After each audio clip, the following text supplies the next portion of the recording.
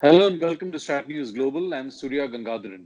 You're watching our flagship program, Talking Point, and the subject is the coronavirus and the geopolitical impact it is making on the world and on India. And I have with me Mr. Arun K Singh, India's former ambassador to the US and to Israel.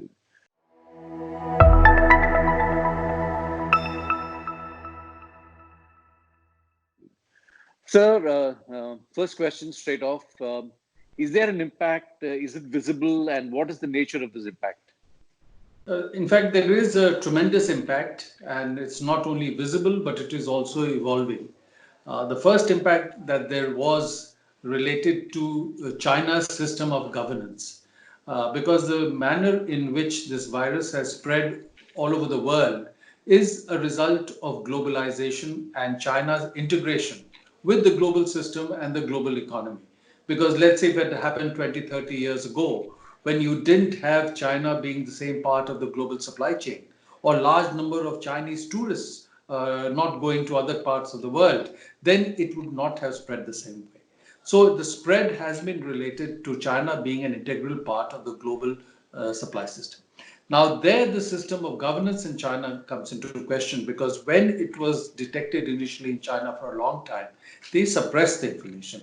And even within China, doctors and others who were talking about it were suppressed, were penalized, and their voices were silenced. So, as a result, for a long time, the action that the rest of the world could take, they were not able to take, and that contributed to the spread. So, that's the first question.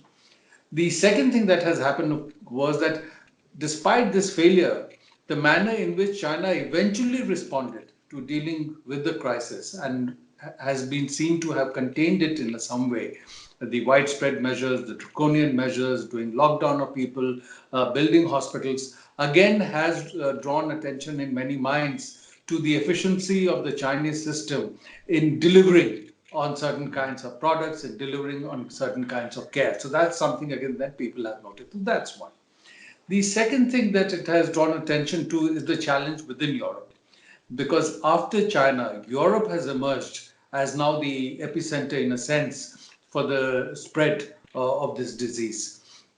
And within Europe, for a long time, they didn't pay attention to the challenge. There was a reluctance to take strong measures to prevent spread of something coming from China, because Europe again has a deep political and economic integration with China.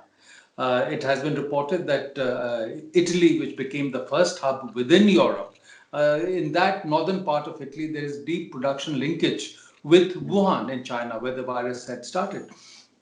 So again, within Europe, after that, because Europe is today divided and the whole European project has come under strain, and there's no acknowledged leader within Europe, a consolidated Europe-wide system of response did not emerge.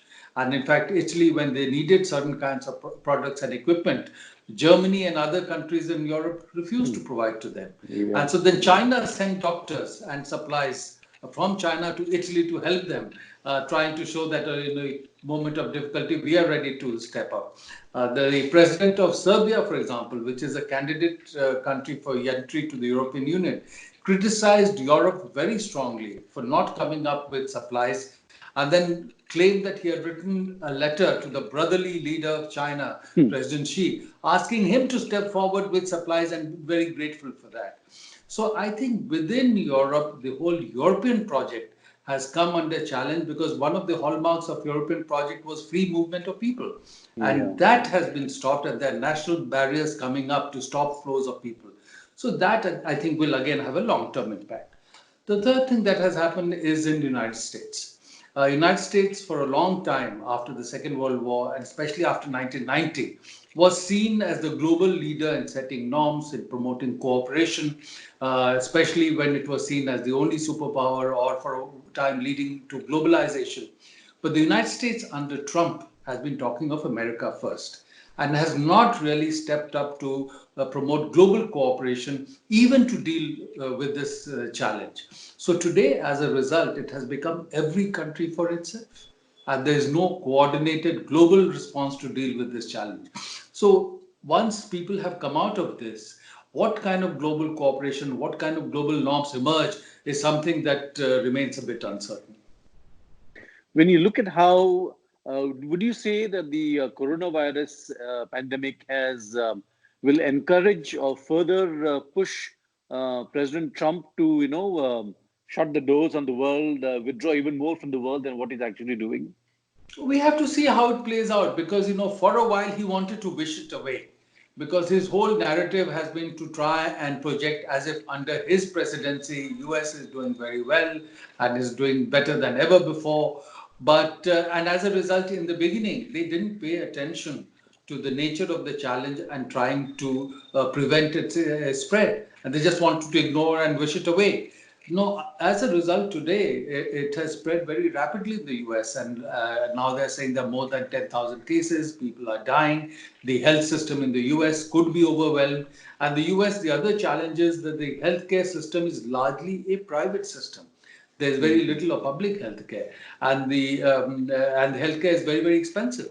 So it can be a burden on individuals, families, and others. So with this happening, and then the U.S. economy is now taking a hit, the stock market has gone down to the level it was before President Trump took over. So all the gains that he claimed that the economy made under him have been challenged. Some are projecting that unemployment rate in the US may reach 20%. And he had been talking about how US had historically low levels of unemployment.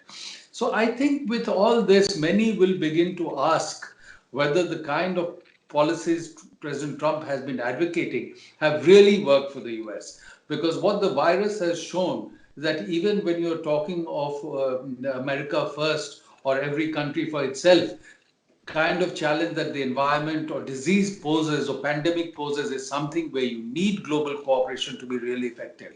So whatever may be his short-term measures, I think there will be questioning in the US of the effectiveness of his policies. When you look at the Chinese, they've played this very smartly, isn't it? I mean, the pandemic originated there, and there have been enormous deaths, enormous dislocation all over the world. Yet today, one gets the impression that the Chinese are the guys who are at the front load of in terms of containing it. They have ideas, they're innovative, they're efficient. It's really smart play that they have put into effect, isn't it? Well, I don't know whether it's smart, but they're certainly trying to shift the narrative. Because the original narrative clearly was that the Chinese hid the information, and as a result, this disease has spread all over. So now they're trying to shift the narrative to say we handle it efficiently, and we are now ready to step forward and help other countries. So they've stepped forward to help Italy, they've stepped forward to help Serbia, they've also stepped forward with assistance to several countries in Africa. The president of the European Commission, for example, said recently that she had asked China now to provide some supplies, masks, and other equipment to Europe to deal with the challenge, but also pointed out that in the initial phase, Europe had sent 50 tons of supplies to China. So the Yeah. Chinese are certainly trying to build this narrative that we handle it efficiently and that we are ready to step forward and help other countries. And they would certainly like to contrast it with the US, which now grappling with its own challenge has not promoted the kind of international cooperation that the US normally does. And the Chinese would like to project that we are more reliable partners, therefore, in that context. But I think the Americans are trying very hard to prevent China from developing this narrative, and they keep talking of the Wuhan virus or the Yeah. Chinese virus, trying to Yeah. draw attention to the fact that it was the problem lay there, and because they hid the information, it spread all over the world. So this will certainly continue. You may have seen recently, for example, the son of the president of Brazil, who is a very close sort of advisor to the president, had tweeted that the virus originated in China, and then if it had not happened, then people could have taken action if information was not suppressed. And the Chinese embassy in Brazil tweeted back against him very strongly, saying that you're talking the language of America. If you don't change your tone, then you'll see a great fall. So, to respond this way and for an embassy to respond to a local official this way, again Yeah. shows the Hmm. kind of norms China is now trying to bring in terms of its policies. And I'm sure there'll be a reaction to that. But again, as you said, very aggressively, they're trying to change the narrative.